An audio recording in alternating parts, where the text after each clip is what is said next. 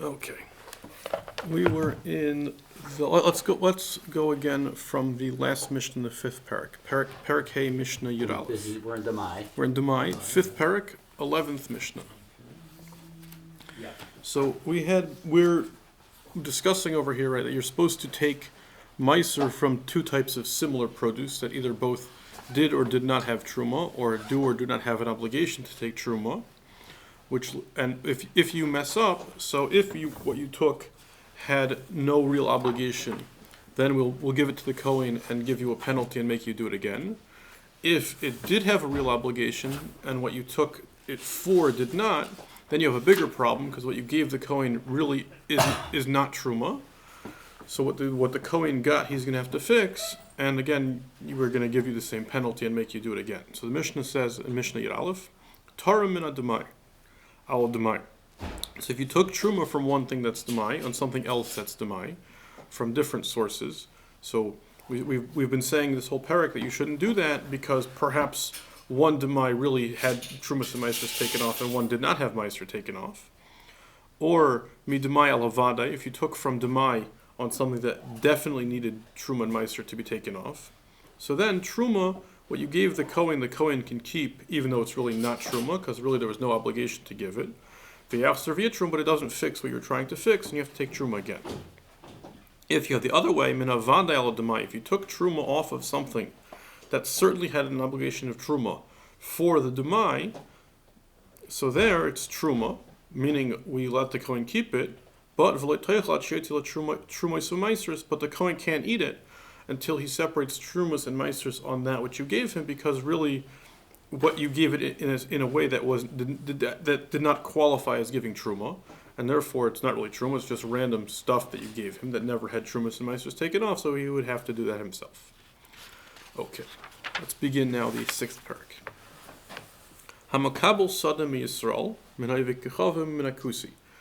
So if you make an arrangement with this Mishnah, if you make an arrangement, someone owns a field who's not, and you agree to work the field with different arrangements. We're going to talk about what do you do about lease the field. Right. So the first one is going to be we're talking about what do you do about the Ma'aser, meaning because normally you're not allowed to give someone grain that you haven't taken Ma'aser off of. So Hamakabel Sada Mi Yisrael Min Ha'ivik Kechavim Minakusi. So if you are makabel the field with the agreement, you accept the field with the agreement that I'll give you half, a third, a quarter, whatever percentage it is that the field owner gets and the sharecropper gets. So now, let's just pick half for argument's sake. So if the agreement is the worker gets half and the field owner gets half, so if the worker has to take off Ma'aser, that's going to be a big cut into his profit. So the Mishnah says, Yechalik lifneim, you just split it in front of them. So you take half and you leave half, and your half is your problem, his half is his problem, and that way he saves his 5%. He doesn't have to take Ma'aser on the whole thing. Ha'chaycher sadam Yisrael, if instead of being makabel that you give them a percentage, but a chaycher agrees to give a set amount of grain no matter what the field produces, so it's more like, right, you can't just say, okay, I have my half, you have your half. Then there's no choice. Tyrim v'naisin, you have to take off Truma first, and then you can give him the grain. Amar Yehuda says, when is that? This, so Yehuda understands that you're saying just Truma you have to take off, but Ma'aser you don't. And Yehuda says, when are we going to be lenient on you and let you give the field owner unmeistered grain? That's only bisman shenasan le'me'isa sada me'isa, if you gave him from that crop that grew in that field. But if you give him produce that grew somewhere else or a different type, then you have to take off the full Ma'aser, and only then v'naisnin.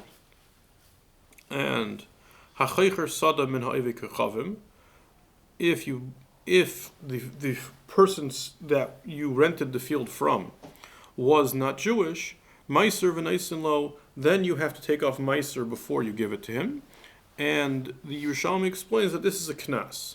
We don't want Goyim to have fields in Eretz Yisrael because then they won't be giving Ma'aser. So we make it more difficult for them to get employees, so hopefully they'll be more willing to sell the field. So we make the employee give Ma'aser, so it's going to be a major disadvantage for all the Goyim. There's going to be a 10% surcharge essentially for renting a field from a Goy over renting it from a Jew. Rabbi Yehuda says, Af ha-makabel sadeh shahaya avaisa minay v'kechavim Ma'aser v'leisen lot. Rabbi Yehuda says it goes so far that even if the person is really the legal owner of this field, and this non-Jew forcibly took it away from him, if you'll agree to work the field to at least get a percentage back, still this same kanas, this same penalty is in place, and you have to take Ma'aser before you give any of the grain back to the guy, again for the same reason, to try to pressure this person to get his field back and not to leave it with the guy, because we want the land of Eretz Yisrael to be owned by Jews. Okay, we'll stop here.